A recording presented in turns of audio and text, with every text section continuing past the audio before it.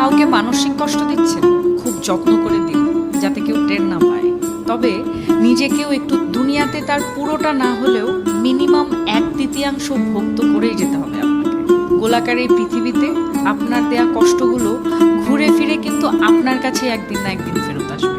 আপনি নিজেই আত্ম অনুশোচনায় ভুগতে ভুগতে একটা সময় শেষ করে দেবেন নিজেকে, যা হয়তো আপনার সো কল্ড ইগোর জন্য ওই মানুষটার কাছে ক্ষমা চাইতে পারবেন।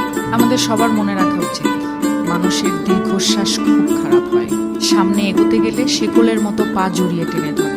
ভালো থাকুন আমাদের চারপাশের মানুষ, ভালোবাসার মানুষ, ঘৃণার মানুষ, কাছের মানুষ, দূরের মানুষ, সবাই ভালো থাকুন। অভিশাপ না দিলেও রুহের হায় বলে একটা কথা আছে, যাকে রিভেঞ্জ অফ নেচার বলে, যেটা আমাদের বিশ্বাস করতেই হবে। প্রকৃতি কিছু ভোলে না, সময়ের ব্যবধান মাত্র। সময় মতো হয়তো আমরা বুঝে উঠতে পারি না ঠিক কোন কাজের শাস্তি পাচ্ছি। কাউকে কষ্ট দিয়ে, অপমান করে, কাউকে কাঁদিয়ে, কাউকে কথা দিয়ে বেমালুম ভুলে যাই আমরা। কিন্তু মনে রাখবেন, প্রকৃতি কখনো ভোলে না, প্রকৃতি ক্ষমা করে না।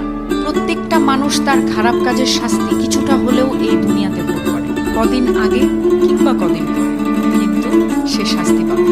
এমনকি এই মুহূর্তে আপনি যার সাথে ইচ্ছাকৃত অন্যায় করে নিজেকে জয়ী ভেবে বেশ ফুরফুরে মেজাজে আছেন, মনের আনন্দে